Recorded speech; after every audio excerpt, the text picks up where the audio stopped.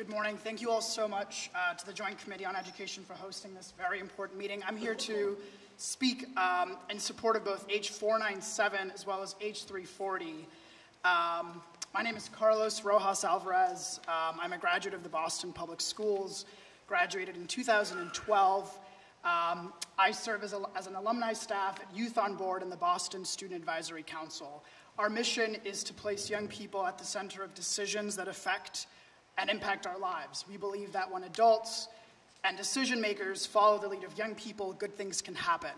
I'm also the campaign coordinator at the Student Immigrant Movement, the largest undocumented youth-led immigrant rights organization in Massachusetts. I should also mention I have a younger brother at the Edwards Middle School in Charlestown, and he'll be going to the Boston Community Leadership Academy next year.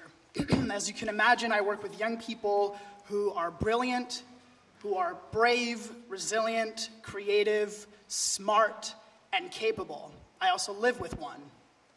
Many of them also struggle to let their talents and skills and thinking shine through a Scantron sheet after Scantron sheet, which increasingly determine their success, their ability to be promoted, their ability to graduate, and continue to develop and hone those skills. I bring you their collective thoughts.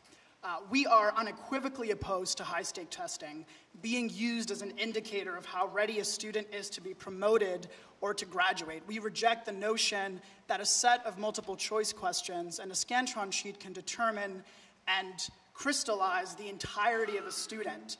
In fact, studies show that they do serve as an indicator of class.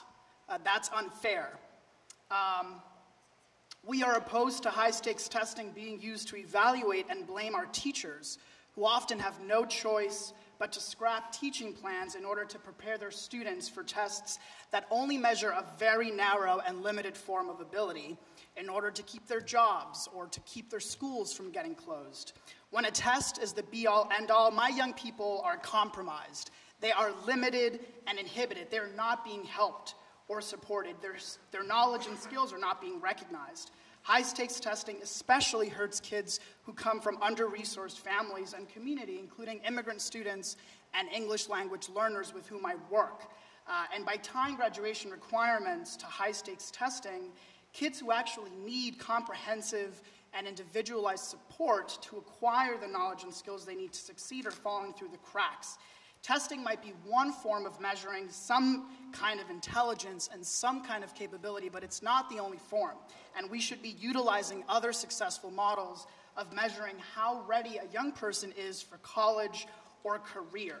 High-stakes testing also contributes to the school-to-prison pipeline by which young people are being pushed out of schools and into prisons. And finally, I'm excited to have real conversations with this committee as well as the legislature about the kinds of resources and tools our schools need, including more adequate funding. Thank you. Are there any